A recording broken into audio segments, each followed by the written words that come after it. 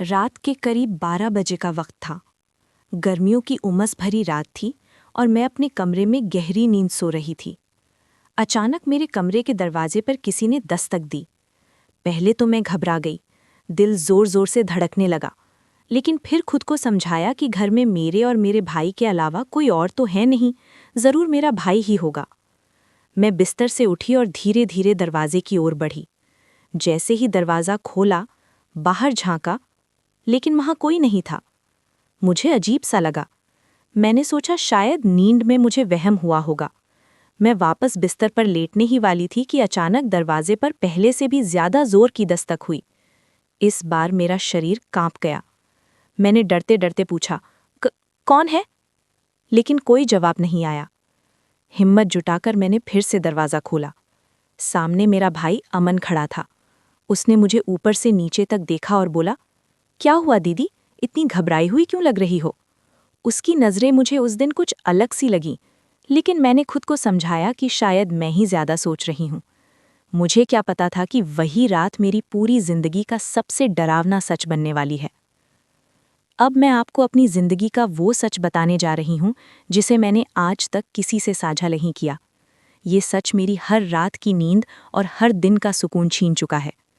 दोस्तों, कहानी सुनने से पहले दिल थाम कर बैठिए, क्योंकि ये कहानी सिर्फ डरावनी नहीं, रूह कपा देने वाली है। मेरी उम्र 20 साल थी। मैं कॉलेज में सेकेंड ईयर की पढ़ाई कर रही थी। गर्मियों की छुट्टियां चल रही थीं, इसलिए मैं घर पर ही थी।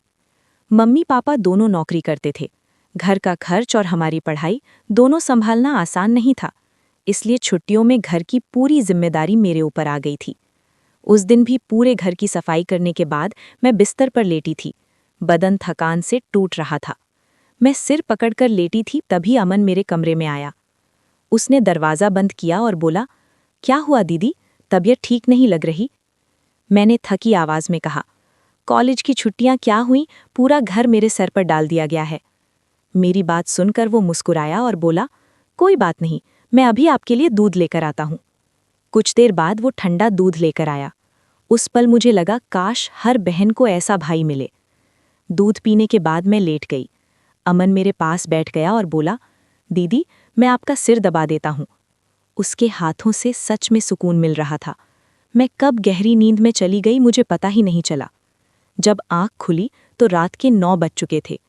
पूरा शरीर दर्द से टूट रहा था। मुझे चक्कर आ रहे थे, जैसे किसी ने मेरी सारी ताकत निचोड़ ली हो। डिनर टेबल पर सब बैठे थे। अमन ने मम्मी से कहा, दीदी पर ज्यादा काम मत डालिए, ये बहुत थक जाती है। मैंने उस दिन महसूस किया कि वो कुछ ज्यादा ही मेरा ख्याल रखने लगा था। कभी सिर दबाना, कभी बालों की मालिश, कभी पैरों की। लेकिन फिर एक रात मैं गहरी नींद में थी, तभी मुझे महसूस हुआ कि कोई मेरे कमरे में है, कोई मेरे बिस्तर के पास खड़ा है। मैंने आंखें खोली। कमरा अंधेरे में डूबा था। दरवाज़ा हल्का सा खुला हुआ था। मैंने दरवाज़ा बंद किया और फिर सोने की कोशिश की, लेकिन फिर वही एहसास, जैसे कोई मेरे बहुत करीब आ गया हो। डर के मारे मैंने लाइट जला दी। कुछ नहीं था। थोड़ी देर बाद प्यास लगी। जैसे ही बाहर निकली, अमन भी अपने कमरे से निकला। उसने कहा, अगर डर लग रहा है तो मैं आपके पास ही सो जाता हूँ। मैंने मना किया, लेकिन वो नहीं माना। उस रात कुछ ऐसा हुआ जिसकी याद आज भी मेरी रूह कांपा देती है। अगली सुबह जब मेरी आंख खुली, मेरे कपड़े अस्त व्यस्त थे। शरीर में अजीब सा दर्द था। मैं समझ नहीं पा रही थी मेरे साथ हो क्या रहा है। धीरे धीरे मेरी हालत खराब होती जा रही थी। कमजोरी, चक्कर, डर, और फिर डॉक्टर ने जो बताया, उसने मेरी दुनिया उजाड़ दी। मैं गर्भवती थी। मैं टूट चुकी थी। मेरा भाई, मेरा भरोसा। सच्चाई जानने के लिए मैंने अपने कमरे में मोबाइल कैमरा छुपा दिया। जो मैंने देखा वो किसी भी इंसान को तोड़ देने के लिए काफी था। अमन अपने दोस्तों को मेरे कमरे में लाता था, मुझे बेहोश करता और बदले में पैसे लेता। जब मैंने ये सच मम्मी पापा को दिखाया, माँ बेहोश हो गईं। पापा ने अमन को इतना पीटा कि वो खून से लथपथ हो गया। भागते हुए उसने बस इतना कहा, मैंने इसे कभी बहन नहीं माना, मुझे पैसों की जरूरत थी। आज भी वो रातें मुझे सोने नहीं देती। ये कहानी सिर्फ मेरी नहीं है, ये हर उस बेटी के लिए चेतावनी है जो आंख बंद कर भरोसा कर लेती है। उस दिन के बाद मेरी जिंदगी 2 हिस्सों में बट गई थी। एक वो जिंदगी जो उस घटना से पहले थी, और दूसरी वो जिसमें मैं जिंदा तो थी लेकिन अंदर से पूरी तरह टूट चुकी थी। माँ बेहोश पड़ी थी, पापा की आंखों में आंसू और गुस्सा दोनों थे, और अमन, वो घर से भाग चुका था। घर में अजीब सी खामोशी छा गई थी, ऐसी खामोशी जो कानों को नहीं बल्कि आत्मा को चीर देती है। मैं अपने कमरे में बैठी दीवार को घूर रही थी, वही कमरा जहां मुझे सुकून मिलना चाहिए था, लेकिन अब वही कमरा मेरी सबसे बड़ी कैद बन चुका था।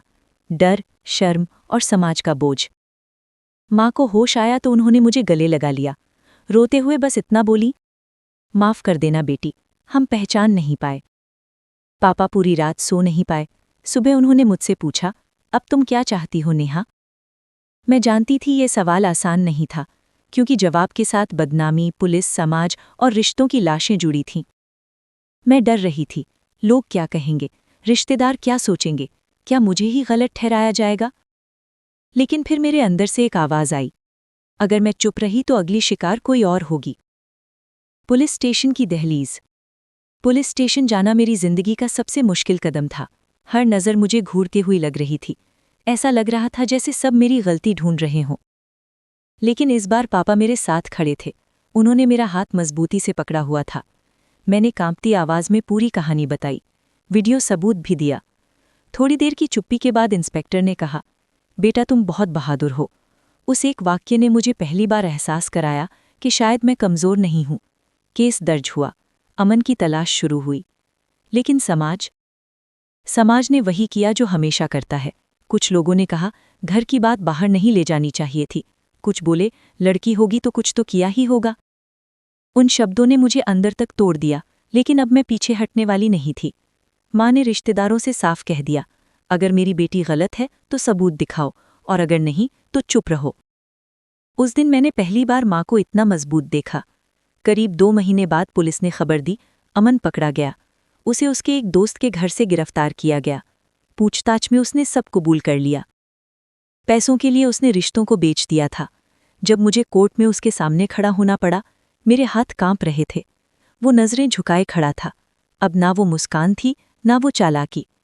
जज ने जब सजा सुनाई, मेरे अंदर कुछ टूटकर बिखर गया, लेकिन उसी के साथ कुछ जुड़ भी गया। मैंने इलाज शुरू कराया। शरीर से ज्यादा मन को ठीक होने में वक्त लग रहा था। कई रातें ऐसी थीं जब नींद नहीं आती थी। अचानक पसीने में भीग कर उठ जाती थी, लेकिन मैं हार नहीं मानना चाहती थी। मैंने कॉलेज दोबारा ज्वाइन किया, धीरे धीरे खुद को संभालना शुरू किया। एक दिन माँ ने मुझसे कहा, नेहा क्या तुम चाहोगी कि अपनी कहानी औरों तक पहुंचाओ? मैंने हाँ कहा। आज मैं एक एनजीओ के साथ काम करती हूँ, उन लड़कियों के लिए जो डर के मारे चुप हैं। मैं उन्हें यही कहती हूँ, गलती तुम्हारी नहीं है, शर्म उन्हें आनी चाहिए जिन्होंने भरोसा तोड़ा। हर बार जब कोई लड़की मेरी कहानी सुनकर बोलने की हिम्मत करती है, मुझे लगता है मैं पूरी तरह टूटी नहीं थी। आखिरी बात दोस्तों, ये कहानी सिर्फ मेरी नहीं है, ये हर उस बेटी की है जिसका भरोसा अपनों ने तोड़ा। अगर आप माता पिता हैं तो बच्चों पर सिर्फ भरोसा मत कीजिए, नज़र भी रखिए। और अगर आप बेटी हैं तो चुप मत रहिए, आपकी आवाज़ किसी और की जिंदगी बचा सकती है। कई लोग सोचते हैं कि इंसाफ मिलने के बाद सब ठीक हो जाता है, लेकिन सच्चाई ये है कि इंसाफ सिर्फ दर्द को नाम देता है, दर्द को खत्म नहीं करता। अमन को सज़ा हो चुकी थी, कानून ने अपना काम कर दिया था, लेकिन मेरे अंदर जो टूटा था वो अभी भी बिखरा पड़ा था। मैं हर रात नींद में चौंक कर उठ जाती थी, पसीने से भीगा शरीर, तेज धड़कता दिल और दिमाग में वही सवाल, क्या मैं कभी पहले जैसी बन पाऊंगी? इलाज सिर्फ शरीर का नहीं होता। डॉक्टर कहते थे, नेहा तुम्हें समय देना होगा, लेकिन वक्त सबसे मुश्किल चीज़ था। हर दिन खुद से लड़ना पड़ता था। भीड़ में घुटन होने लगती थी। अगर कोई अचानक पास आ जाए तो बदन सिहर उठता था। मैं हंसने की कोशिश करती थी, लेकिन अंदर से सब नकली लगता था। माँ हर रात मेरे पास बैठती थी, मेरे बाल सहलाती थीं और बस एक ही बात कहती थी, तू कमज़ोर नहीं है मेरी बेटी। जब समाज फिर सामने आया, कुछ रिश्तेदार आज भी ताने मारते थे, कहते थे, अब इसे शादी कौन करेगा, इतना सब हो गया, चुप रहना चाहिए था। पहले ये बातें मुझे तोड़ देती थीं, लेकिन अब मैं चुप नहीं रहती थी। मैं साफ कह देती थी, अगर मेरी चुप्पी से कोई और बचता तो मैं चुप रह जाती, लेकिन अब मेरी आवाज़ ज़रूरी है। डर से दोस्ती तक। एनजीओ में काम करते करते मैंने बहुत सी लड़कियों की कहानियां सुनी। कोई चाचा से टूटी थी, कोई टीचर से, तो कोई अपने ही पति से। तब मुझे एहसास हुआ मैं अकेली नहीं थी। एक दिन एक 16 साल की लड़की मेरे पास आई और बोली, दीदी अगर आप बोल सकती हैं तो शायद मैं भी बोल पाऊं। उस दिन मैंने पहली बार महसूस किया कि मेरा दर्द किसी की ताकत बन रहा है। खुद को दोबारा पहचानना। मैंने आत्मरक्षा की ट्रेनिंग ली। पहली बार जब मैंने पंच मारा तो हाथ कांप रहे थे, लेकिन ट्रेनर ने कहा, डर खत्म नहीं होता, डर के बावजूद खड़ा होना ताकत है। धीरे धीरे मैंने खुद को आईने में देखना शुरू किया। अब मुझे वहां कोई टूटी हुई लड़की नहीं दिखती थी। वहां एक औरत थी जिसे गिराया गया, लेकिन जिसने खुद को उठाया। एक खत जो बंद हो गया।